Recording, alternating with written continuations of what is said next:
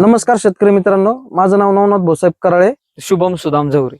तर मी गोबर गॅसचं काम करत असताना मार्केटमध्ये खूप सारं फिरलो.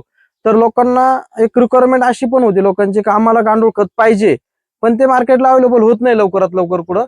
तर मी भरपूर असं त्यामध्ये पुणे जिल्हा असेल, नगर जिल्हा असेल, यामध्ये खूप असं फिरलो आणि मला असं जाणवलं का गांडूळ खत प्रकल्प हा आपण केला पाहिजे.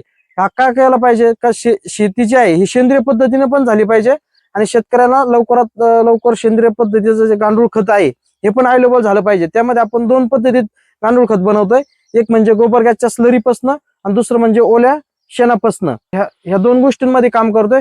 प्लस यामध्ये अजून पण असं जाणवलं, आपण जर कंपोस्ट खत जर बनवलं ते पण शेतीसाठी अतिउत्तम आहे. आणि ते कंपोस्ट खत वापरल्यानंतर आपण कुठल्याही प्रकारचं रासायनिक खत वापरायचं नाही, या गॅरंटीवरती आपण अशा पद्धतीचं कंपोस्ट खत बनवतोय.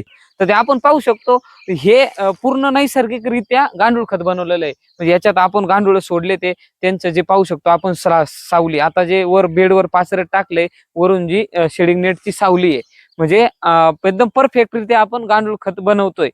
म्हणजे याच्यात कुठलंही आपण काय म्हणते त्याला कोणतं केमिकल वापरून किंवा काही वेगळं वापरून गांडूळ खत तयार करत नाही. पूर्ण नैसर्गिकरित्या आपण वापरून गांडूळ खत करतोय. हा एक आपण प्रकल्प बनवलाय आणि त्यामध्ये अजून पण असं वाटलं आपण कंपोस्ट खत पण केलं पाहिजे. तर आपण हे जे दोन बेड आहेत हे कंपोस्ट खताचे तयार केलेले आहेत.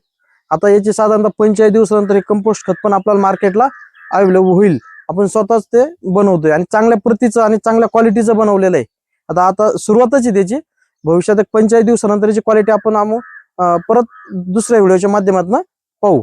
तर आपण सध्या तयार करतोय, कंपोस्ट खत करतोय, त्याच्यानंतर गांडूळ खत करतोय आणि जीवामृत स्लरी पण अवेलेबल आहे. तर आपल्याकडे अजून एक सरकीची स्लरी जी डाळिंबासाठी लागते, ती पण आपल्याकडे सध्या अवेलेबल आहे. धन्यवाद.